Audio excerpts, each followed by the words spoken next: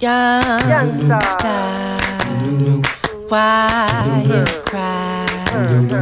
Why don't you let your light shine? Feeling blue, misguided, no direction, blue.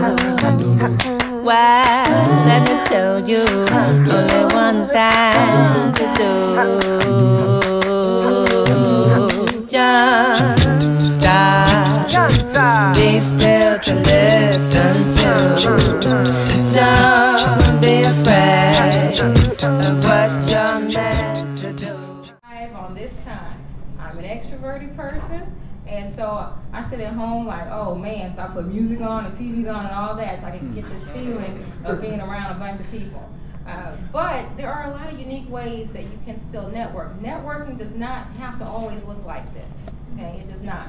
There are a lot of programs that you can be a part of, and I'll just use this as an example. Our leadership development conferences that we do under the Empower King brand.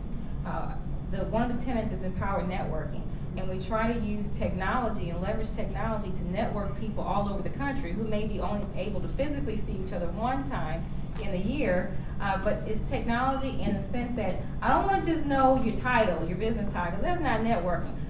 We make people put, tell me your short-term, long-term, midterm, or short-term, midterm, long-term goal. Matter of fact, tell me what resources you need so people can be attracted to you, right? You gotta be able to say, look, I want to publish a book and I don't know the first thing about it, whatever it is. You gotta put that out there.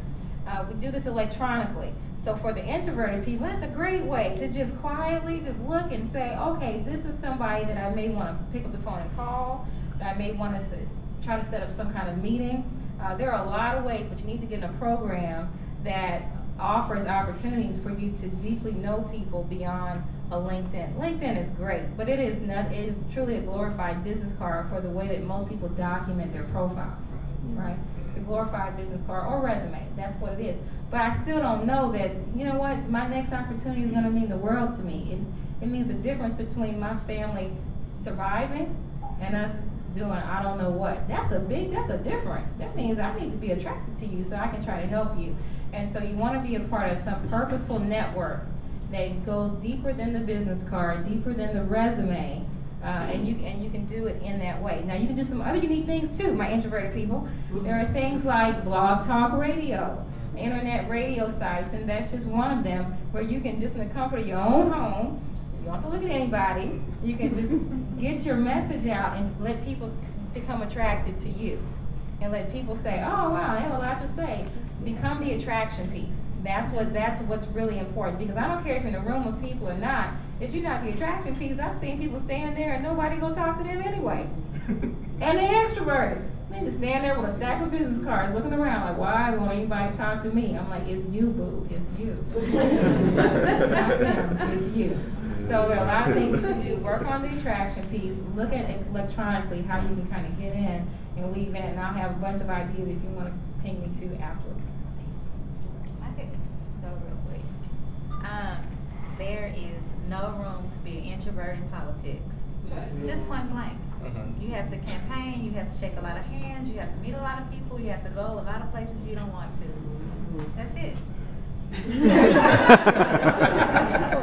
I think there's room. There are a lot of introverted people in politics. There are. They're faking it. Well, it's not faking it. You have to learn to be a chameleon. You have to be a chameleon. I don't care where you are, what you do, you have to be.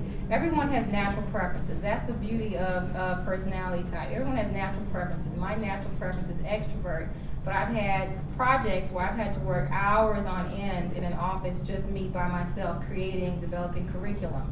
And I can do it, and do it with ease, but again, I make that bridge because I blast music in my ear. I listen to rap and Christina Aguilera and everything else in my ear, blasting it while I'm quietly doing what is opposite of my natural preference. So there's a lot of people in politics that are introverted. Yeah, it does kill them at times. They have to be out in these parties, but they realize in order to be successful, they have to learn to be somewhat of a chameleon and accept, what all of the challenges that they have to face, and accept it with pride and intelligence.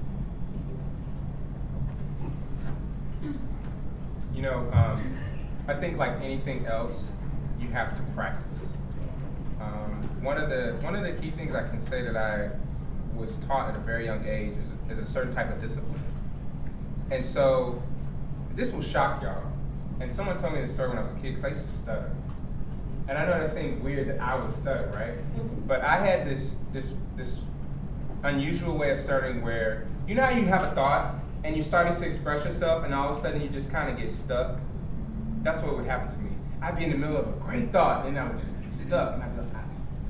So I had to learn how to continuously talk through things so that my thoughts would flow.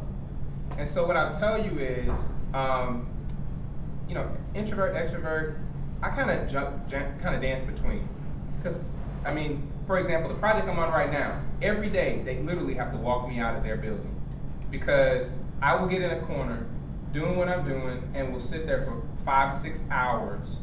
And there's this one guy every day, he goes, "Hey, I'm shutting it down," and literally kicks me out of their building.